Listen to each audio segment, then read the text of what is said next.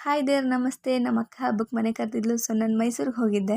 ನಾನು ಹೋಗೋ ಅಷ್ಟರಲ್ಲಿ ಅವಳು ಸ್ವಲ್ಪ ಕೆಲಸ ಸ್ಟಾರ್ಟ್ ಮಾಡ್ಕೊಂಬಿಟ್ಟಿದ್ಲು. ಆ್ಯಂಡ್ ಸ್ವಲ್ಪ ಹೊತ್ತಾದ್ಮೇಲೆ ನಮ್ಮ ತಿಮ್ಮ ಕೂಡ ಸ್ಕೂಲಿಂದ ಬಂದಳು. ಈ ಟೈಮಲ್ಲಿ ಒಂದು ಫನ್ನಿ ಇನ್ಸಿಡೆಂಟ್ ನಡೀತು. ಅದನ್ನು ನಾನು ಆಲ್ರೆಡಿ ಅಪ್ಲೋಡ್ ಮಾಡಿದ್ದೀನಿ. ಯಾರೇನೋ ಆ ವಿಡಿಯೋನ ಚೆಕ್ ಮಾಡಿಲ್ಲ, ಹೋಗಿ ಚೆಕ್ ಮಾಡಿ. ಮೇ ಬಿ ಆ ವಿಡಿಯೋ ನಿಮಗೂ ನಗು ತಂದುಕೊಡುತ್ತೆ. ಆ್ಯಕ್ಚುಲಿ ಚಿಕ್ಕಿ ಮಗಳು ಸಂಬಂಧ ಎಷ್ಟು ಸ್ಪೆಷಲ್ ಆಗಿರುತ್ತಲ್ವ. ಎಲ್ಲೋ ಕೇಳಿದ್ದೆ, ಜನ್ಮ ನೀಡದೆ ತಾಯಿಯೇ ಅದೇ ಅಂತ. ಅದೆಷ್ಟು ಮೀನಿಂಗ್ಫುಲ್ ಅಂತ ಅನಿಸುತ್ತೆ. ಹಾಗೆ ಸಂಜೆ ಹಬ್ಬಕ್ಕೆ ಕರ್ಜಿಕಾಯಿ, ರವೆ ಉಂಡೆ ಎಲ್ಲ ಮಾಡಿಟ್ಟು ಹಬ್ಬಕ್ಕೆ ಏನೇನು ಬೇಕೋ ಅದನ್ನು ತರೋದಕ್ಕೆ ಅಂತ ಹೇಳಿ ಹೊರಗೆ ಹೋಗಿದ್ವಿ. ಎಲ್ಲ ಕೆಲಸ ಮುಗಿಸಿ ಲಕ್ಷ್ಮಿ ಕೆಲಸ ಸ್ಟಾರ್ಟ್ ಮಾಡೋ ಅಷ್ಟರಲ್ಲಿ 11:30 ಆಗ್ತಿತ್ತು. ಹಂತವಾಗಿ ಎಲ್ಲ ಕೆಲಸ ಕೂಡ ಸಾಕ್ತಾ ಬಂತು. ಇಷ್ಟು ಹೊತ್ತಾಗಿದ್ರು ಕೂಡ ನಮ್ಮ ತಿಮ್ಮಂಗೆ ಒಂಚೂರು ಕೂಡ ನಿದ್ದೆ ಬಂದಿರಲಿಲ್ಲ. ಲಕ್ಷ್ಮಿ ಕೂರಿಸೋ ಎಕ್ಸೈಟ್ಮೆಂಟಲ್ಲಿ ಅವಳಿದ್ಲು. ಲಾಸ್ಟ್ ಇಯರ್ ಕೂಡ ಹೀಗೆ ಮಾಡಿದ್ಲು. ನಾನು ಅಕ್ಕನಿಗೆ ಮುಖವಾಡಕ್ಕೆ ಸ್ವಲ್ಪ ರೆಡಿ ಮಾಡೋವರೆಗೂ ಹೆಲ್ಪ್ ಮಾಡಿ ನಾನು ಮನಿಕೊಂಬಿಟ್ಟೆ. ನಮ್ಮ ತಿಮ್ಮ ಕೂಡ ಈಗ ಯಾವ ಗ್ಯಾಪಲ್ಲಿ ಮಲಗಿದ್ಲು ಅಂತ ಗೊತ್ತಿಲ್ಲ. ಎದ್ದೇಳೋ ಅಷ್ಟರಲ್ಲಿ ಅಕ್ಕ ಇಷ್ಟು ರೆಡಿ ಮಾಡಿದ್ಲು. ಆ್ಯಂಡ್ ಮಾರ್ನಿಂಗ್ ನಮ್ಮ ಅಕ್ಕನ ಮನೆ ಲಕ್ಷ್ಮಿ ಹಿಂಗೆ ಕಾಣ್ತಾ ಇತ್ತು.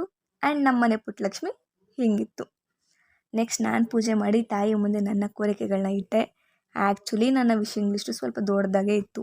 ನೀವು ಹೇಳಿ ಅಕ್ಕನ ಮನೆ ಲಕ್ಷ್ಮಿ ಹೇಗೆ ಕಾಣ್ತಾ ಇತ್ತು ಅಂತ. ಆ್ಯಂಡ್ ನೆಕ್ಸ್ಟ್ ಡೇ ಬೆಟ್ಟಕ್ಕೆ ಹೋಗಿದ್ದೆ. ಅದಾದಮೇಲೆ ರಿಟರ್ನ್ ಬ್ಯಾಕ್ ಟು ಹೋಮ್.